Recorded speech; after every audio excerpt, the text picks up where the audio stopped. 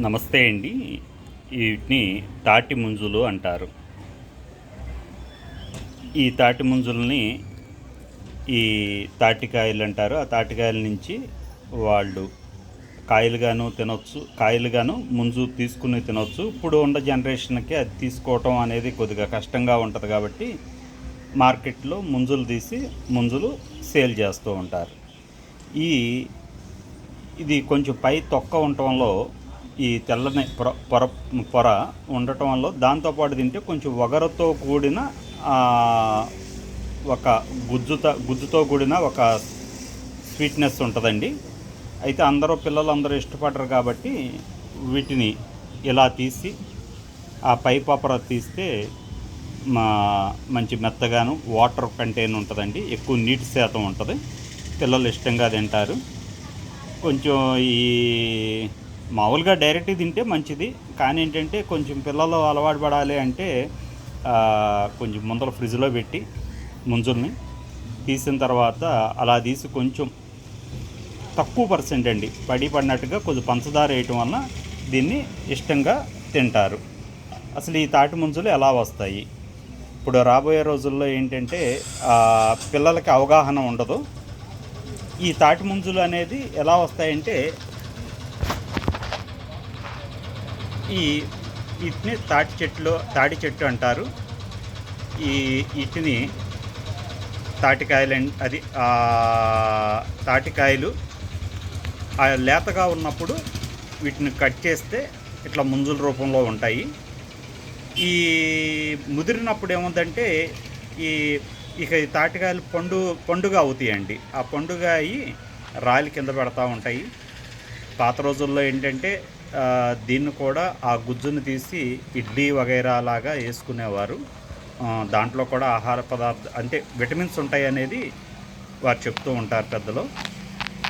ఈ మధ్యకి అంత ఓపిక ఉండట్లేదు కాబట్టి వాటిని వదిలేస్తున్నారు. ఆ గుజ్జు నుంచే తాటి బెల్లం కూడా తయారు చేయడం జరుగుద్ది. ఈ రాలిన కాయలని వాటిని మట్టిలో అంటే కొంచెం మట్టిలో వాటిని ఒక 2-3 months ఉంచినట్లయితే వాటిని తేగలు అంటారు. అది తేగలు వస్తాయి. అవి మంచి పీచు పదార్థం ఉంటుందండి. వాటిని కూడా అక్టోబర్ నవంబర్ ఆ టైంలో వస్తాయి. కొన్ని చాటున కాలుస్తూ ఉంటారు, కొన్ని ఏరియాలో పచ్చిగా ఉంటాయి. అది కూడా ఫైబర్ కంటెంట్ బాగా ఉంటుంది, శరీరానికి చాలా మంచిది. వాటిని కూడా ఆ సీజన్లో వచ్చినప్పుడు వాటిని తినడం చాలా మంచిదండి.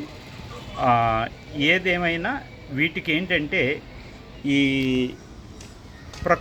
చూస్తున్నారుగా, దీనికి ఎటువంటి ఫెర్టిలైజర్స్ మందులు ఏమీ చేయరు. న్యాచురల్గా భూమి నుంచి కనీసం వీటికి వాటరింగ్ కూడా చేయరండి. ప్రకృతి ఇచ్చే వర్షం ద్వారా కానీ లోపల ఉన్న భూమిలో ఉంచే నీటి శాతాన్ని తీసుకుని అది ఈ తాటికాయలు అనేది తయారవుతూ ఉంటాయి. ఇంకా ఆ చెట్టు దాని యొక్క ఉపయోగాలు కూడా లాస్ట్ వీడియోలో చెప్పడం జరిగింది. మనం దీనిని సీజన్ వారీగా మనం అలా తీసుకోవడం వలన శరీరానికి చాలా మంచిది.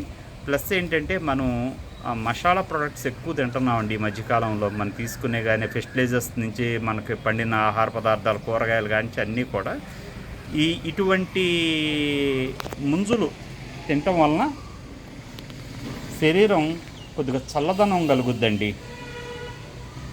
మనకి ఆ తింటున్నప్పుడు ఆ ఫీల్, మనకి ఆ పేగులు వగైరా మనకి చాలా చల్లగా ఇంకా తినాలి అనే భావన, ఫీలింగ్ కలుగుద్ది.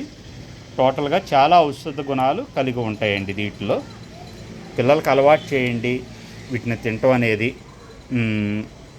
మరి ఈ వీడియో అప్లోడ్ అవుద్ది కాబట్టి రేపొద్దున మీ పిల్లలకి చెప్పాలి అన్నప్పుడు మీకు ఉపయోగపడుతుంది. ఇలా ఉంటుంది ఉపయోగం అని నేను యూత్ పిల్లల కోసం నేను ఈ వీడియోస్ చేస్తున్నాను. Happy evening.